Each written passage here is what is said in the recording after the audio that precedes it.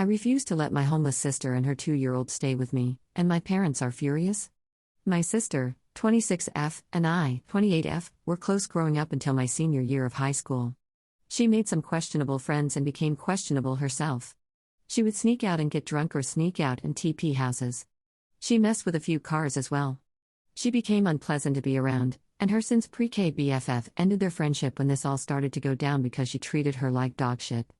Our relationship also became dog shit because she would try to pin the stuff she was doing on me, and she would yell and cuss me out because I refused to find a way to sneak her and her new friends alcohol and because I wouldn't take her to senior parties with me. There was one time I got home from a party and she had my room all fucked up. We didn't speak for 3 whole years after I left for college, but after 3 years, she calmed down and we reconnected. It was never the same, but she apologized for all the stuff she did, and I thought she had grown. For a few years, things were okay, but then she started to get toxic again, and eventually I found out she was sleeping with my boyfriend of 5 years. I broke up with him and told her to remove herself from my life for good. Our parents were distraught because they wanted to believe she had stopped fucking up like that. It got worse when we found out she was pregnant with my ex's baby, and she was blaming me for him bailing and leaving no trace of himself anywhere. I refused to get involved, and I left her to her own devices. She had no problem blaming me for a solid year. She even contacted friends of mine to spread that shit around.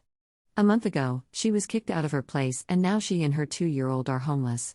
She showed up at my job and asked me to let her move in, and I told her no. She told me she needed to get out of the shelter, and I told her to go home and start over with our parents' help.